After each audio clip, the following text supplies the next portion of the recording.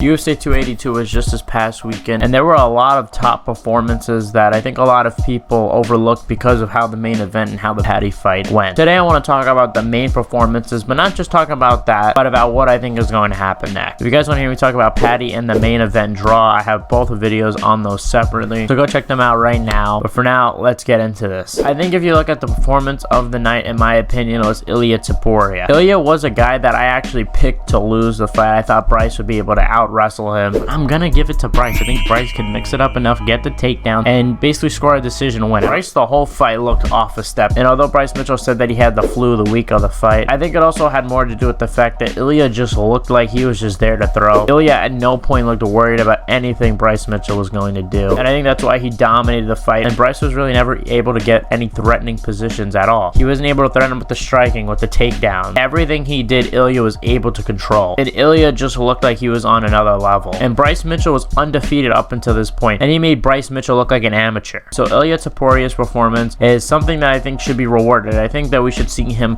head to the top of the division. I could have saw a situation where they pair him up against the Korean Zombie next, but I think I have a better idea. Obviously the Korean Zombie is injured. That fight isn't probably going to happen. I know that they like putting Paddy and Ilia on the same cards together because obviously there's so much beef there. UFC pay-per-view going to England, most likely to be headlined by Usman Leon or Leon Masvidal. But I could see a scenario where they have Arnold Allen versus Ilia Topuria. Arnold Allen being ranked number 4, Ilia Topuria being ranked number 9. Paddy will probably also be on that card, so that'll mix well. And obviously Allen coming off of a controversial win against Calvin Kattar. He wasn't included in the interim title picture, which I kind of disagree with. Ilia Topuria against Arnold Allen in England. Big pay-per-view. That's what I think I got next for Ilia. Now another notable performance was Dricus du Plessis. Dricus was a guy that I picked to win, and I think a lot of people picked to win. He had some adversity in round 2, but overall got the win by rear naked choke. And in this I want to talk about what's next for Darren and Dricus du Plessis. Dricus called out Marvin Vettori, and honestly I totally agree with that. Marvin coming off of a loss to Robert Whittaker. Who else does he fight? I think that's a good name. I could also see him fighting the loser of Cannonier and Strickland, which happens in a few days, so it's going to be interesting to see. And for Darren, he's on a 5-fight loss streak now. I mean, at this point you gotta change something up. I think 185, especially in this fight, proved that this is not his division. He's ranked number 15 in the middleweight rankings, and Darren Til didn't necessarily have bad technique. I just think that Dricus du Plessis was just able to outstrength him, especially in the takedown department when you see him against the fence. Darren Til is defending takedowns mostly technically right, but it's just that Dricus du Plessis is just so strong. And Darren Til, luckily for him, is so young. I think he has a lot of time to improve, but I think he's got to go back to 170. I've been saying this. I said it before the fight. I understand, you know, he probably finds it annoying to cut all that weight. I think he needs a serious change. I don't think this is his division. He did look pretty big on Saturday night, I thought, but I think at welterweight he would do a lot better. At welterweight, I say you pair him up against someone that's in the top 10, not in top 5. Maybe give him a Neil Magny if he loses to Gilbert Burns, or give him a Jeff Neal. A Jeff Neal fight with Darren Til would be really good. Like I said, unfortunately for him, I just don't think middleweight is his division anymore. For Jairzinho, Rozenstruik obviously had a fast performance, under 20 seconds or something like that. Knocked out Chris Daukus right away. I don't know what's up with Chris Daukus. I don't know what's going to be next for him. He suffered now, I think, 3 losses in a row. But for Jairzinho, I think he's going to fight Marcus Tybura, just because someone around the rankings say he hasn't fought. Or maybe he fights Sergey Pavlovich. The heavyweight division is just so stacked right now, and I don't think that Sergey's ready for a title shot just yet because there's so many names ahead of him. I think having a name like Jairzinho on his record would be good, and I think that's the fight to make next. And Chris Curtis was another one who really impressed me. Joaquin Buckley, his opponent, going to 170. I'm curious about that, what's going to happen with him. But Chris Curtis was the guy that I picked to win. I thought that he would be the better boxer. He got an amazing finish of Joaquin Buckley. What's next for him? Chris Curtis is a guy that I like a lot. I mean, he stepped up against Jack Hermanson on short notice in London. I wouldn't be surprised if, because he stepped up on such short notice last time, that they push him towards the top of the division early and maybe give him a Derek Brunson retirement fight. I mean, we know Derek Brunson plans to retire, but I also saw a tweet from him the other day that he is not going to retire after his next fight, so who knows at this point. But him versus Derek Brunson would be a pretty good fight. Derek Brunson ranked number 5. Right now, I think Chris Curtis is ranked number 14 or something like that, so it would be a bit of a jump. Maybe Roman Dolidze maybe next. And finally, I want to talk about Raul Rosas Jr. And I mean, at just 18 years old, the man goes in there and acts like he knows what he was supposed to do. There was never a point in the fight where he even encountered danger. And like I've been saying about this kid, is he represents new MMA. He's going to bring things to the older generation. And by older, I mean like 10 years older, that they haven't seen. Things that MMA gyms are now teaching based off the fights that are happening today. So he's going to present a problem where he's going to be unique. It kind of reminds me of John Jones. He's going to present unique things that fighters have not seen because he's so new. And I think that's super interesting about him. And I only said said, my X factor and why I picked him to lose was because the kid is only 18 years old. He's going into the T-Mobile Arena. I mean, he's probably going to get nervous, right? But the kid did not seem nervous at all. I think he still has this overconfidence. I mean, the guy is undefeated. I think he has an amateur record where he's lost, but other than that, he has won everything. So I would be pretty cocky too. Kid seems cocky, but that could play into his favor because it could just be overconfidence. And honestly, in a stage like that, he really shouldn't be confident. As long as he just keeps preparing and training, I think he'll do great. I don't necessarily have a name, but I do not want to push this kid along too fast. I think you got to give him someone similar. Treat him like how you would treat another UFC fighter. Don't fast track him to the rankings. Kid has 5 years to become the youngest UFC champion. So if you're worried about that, he's got plenty of time. Anyway, I hope you guys enjoyed this video. Please like if you did. And yeah, I'll see you guys in the next one.